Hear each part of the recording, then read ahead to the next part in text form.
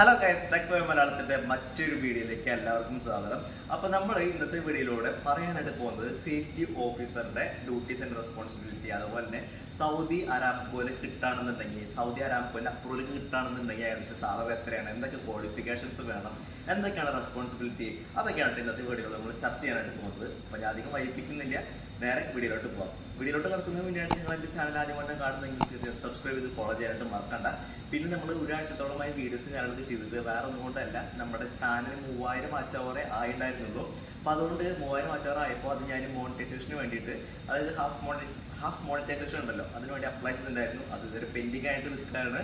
അപ്പോൾ അതൊന്ന് ശരിയാവാൻ വേണ്ടിയിട്ട് നിങ്ങളെല്ലാവരും ഒന്ന് പ്രാർത്ഥിക്കുക, ഒന്ന് സപ്പോർട്ട് ചെയ്യാം. ഓക്കെ, നേരെ വീഡിയോയിലോട്ട് പോകാം.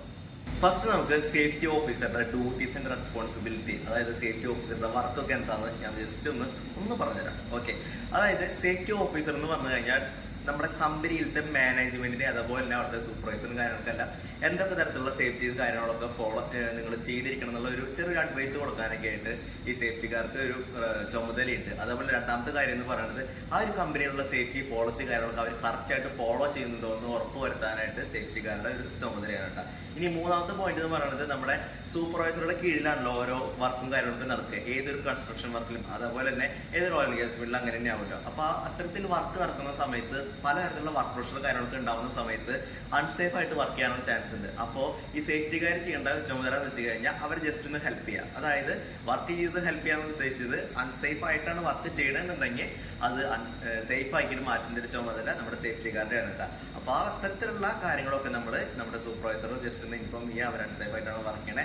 അതുപോലെ തന്നെ അതിനെതിരെയുള്ള പ്രിക്കോഷൻസ്, അതായത് അൺസേഫ് ആയിട്ടാണ് വർക്ക് ചെയ്യണമെന്നുണ്ടെങ്കിൽ അതിനെതിരെയുള്ള പ്രിക്കോഷൻസ് ഒക്കെ ഉണ്ടാവുമല്ലോ, എന്തൊക്കെ കാരണം അവിടെ ഇംപ്ലിമെന്റ് നമുക്ക് ചെയ്യാനായിട്ട് സാധിക്കും, അതൊക്കെ ജസ്റ്റ് ഒന്ന് അവയർനെസ് കൊടുക്കുക. അവിടുത്തെ വർക്ക് ചെയ്യുന്ന ആൾക്കാർക്കും അതേപോലെ തന്നെ ഈ അവിടുത്തെ സൂപ്പർവൈസർക്കും ജസ്റ്റ് ഒരു അവയർനെസ് കൊടുക്കുക. ഇനി നാലാമത്തെ പോയിന്റ് എന്ന് പറയുന്നത്, ടൂൾ ബോക്സ് മീറ്റിംഗ് കണ്ടക്ട് ചെയ്യുക, അതേപോലെ തന്നെ സൂപ്പർവൈസർക്കുള്ള സേഫ്റ്റി മീറ്റിംഗ്, അതേപോലെ തന്നെ പിന്നെ training in various topics, monthly safety incentive program, audits, inspections, പിന്നെ റിസ്ക് അസസ്മെന്റ്, പിന്നെ JSI, ഇത്തരത്തിലുള്ള കാര്യങ്ങളൊക്കെ നമ്മൾ കണ്ടക്ട് ചെയ്യണം. അത് സേഫ്റ്റി ഓഫീസർമാരുടെ ചുമതലയാണ് കേട്ടോ. സേഫ്റ്റി ഓഫീസർമാരല്ല, സേഫ്റ്റി ഓഫീസേഴ്സ് ഉണ്ട്, അതുപോലെ തന്നെ സേഫ്റ്റി സൂപ്പർവൈസേഴ്സ് ഉണ്ട്, അതുപോലെ സേഫ്റ്റി മാനേജർ, സേഫ്റ്റി അഡ്വൈസർ. ഇതിൽ ഏറ്റവും ടോപ്പിലിരിക്കുന്നതാണ് നമ്മുടെ സേഫ്റ്റി മാനേജർ, അതുപോലെ സേഫ്റ്റി അഡ്വൈസർ. ഇവരൊക്കെ ടോപ്പിലാണ്. അതിന് താഴെയാണ് സേഫ്റ്റി സൂപ്പർവൈസർ വരുന്നത്. പിന്നെ അതിന്റെ താഴെയാണ് നമ്മുടെ സേഫ്റ്റി ഓഫീസർ വരുന്നത് കേട്ടോ.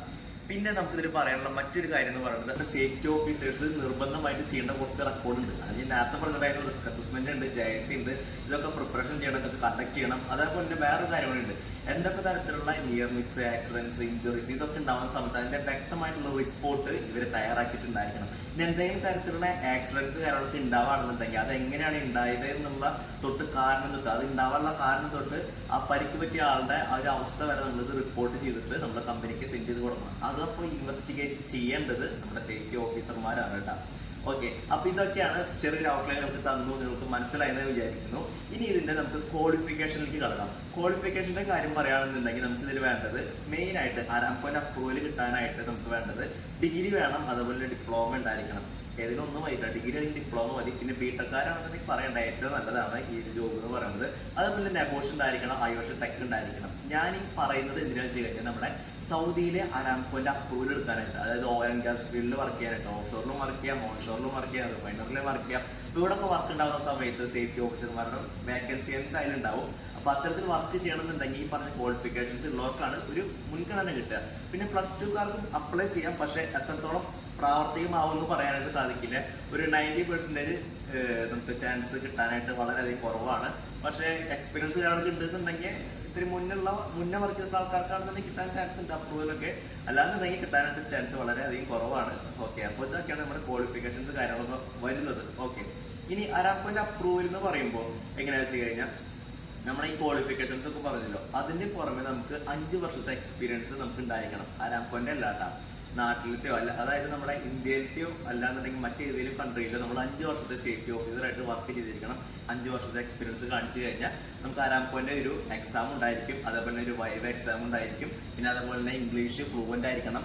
ഹിന്ദി വേണമെന്ന് അത്ര പറയുന്നില്ല, ഹിന്ദി ഉണ്ടെങ്കിൽ നന്നായി. പക്ഷെ ഇംഗ്ലീഷ് ഫ്ലുവൻ്റ് ആയിരിക്കണമെന്ന് അരാംകോന്റെ CSM പറയുന്നുണ്ട്. അപ്പൊ ഇതൊക്കെ പാസ്സാവണമെന്നുണ്ടെങ്കിൽ നമുക്ക് അരാംകോന്റെ അപ്രൂവൽ കിട്ടുന്നതായിരിക്കും കേട്ടോ. ഈ അരാംകോന്റെ അപ്രൂവൽ കിട്ടിക്കഴിഞ്ഞാൽ പിന്നെ നമ്മൾ പറയുന്നതായിരിക്കും നമ്മുടെ സാലറി കിട്ടുക. CSM എന്ന് പറയുമ്പോൾ നമുക്ക് ചെറിയ ഡൗട്ട് ഉണ്ടാവില്ല, എന്താണ് CSM എന്ന്. നിങ്ങൾ ഏറ്റവും വിചാരിച്ചിട്ടുണ്ടാവും നെബോഷ്, അയോഷ്, ടെക് അല്ലെന്നുണ്ടെങ്കിൽ ഡിപ്ലോമ, ഡിഗ്രി, BTech ഇതൊക്കെ പോരായത്. പക്ഷേ അരാംകോ പറയുന്ന ഒരു CSM എന്ന് പറഞ്ഞൊരു സെക്ഷൻ ഉണ്ട്. സെക്ഷൻ എന്ന് വെച്ച് കഴിഞ്ഞാൽ അരാംകോന്റെ പോളിസി കാര്യങ്ങളൊക്കെയാണ് അതിലാണ് കൊടുത്തിട്ടുള്ളത്. അപ്പോൾ അതെന്തൊക്കെയാണെന്നുള്ള ഫുൾ ആയിട്ടുള്ള ഡീറ്റെയിൽസ് നമ്മുടെ സേഫ്റ്റി ഓഫീസർ അറിഞ്ഞിരിക്കണം. കമ്പനി ഡയറക്റ്റ് മുഖാന്തരം വരുന്ന ഒരു സേഫ്റ്റി ഓഫീസർ ആണെന്നുണ്ടെങ്കിൽ ഏകദേശം 3000 സൗദി റിയാൽ മുതൽ 6000 സൗദി റിയാൽ വരെയാണ് ഒരു സ്റ്റാർട്ടിങ് ഒരു അപ്രൂവൽ കിട്ടിയ ആൾക്ക് കിട്ടുന്നത്. ഇനി അതല്ല, നിങ്ങളൊരു തേർഡ് പാർട്ടി അല്ലാന്നുണ്ടെങ്കിൽ സ്വന്തം ഒരു ഇക്കാമയിലൊക്കെ വരുന്ന ഒരാളാണെന്നുണ്ടെങ്കിൽ ഏകദേശം എങ്ങനെ പോയാലും ഒരു 10000 റിയാൽ മുതൽ സ്റ്റാർട്ടിംഗ് ആയിട്ട് തന്നെ കിട്ടാൻ ചാൻസ് ഉണ്ട്. 10000 റിയാൽ മുതൽ ഏകദേശം ഒരു 12000 13000 റിയാൽ വരെ ആൾക്ക് കിട്ടാനായിട്ട് സാധിക്കും. 13000 അല്ലെങ്കിൽ ഒരു 10000 റിയാൽ എന്ന് പറഞ്ഞു കഴിഞ്ഞാൽ നാട്ടിലത്തെ 2,20,000 രൂപയായിട്ടാണ്.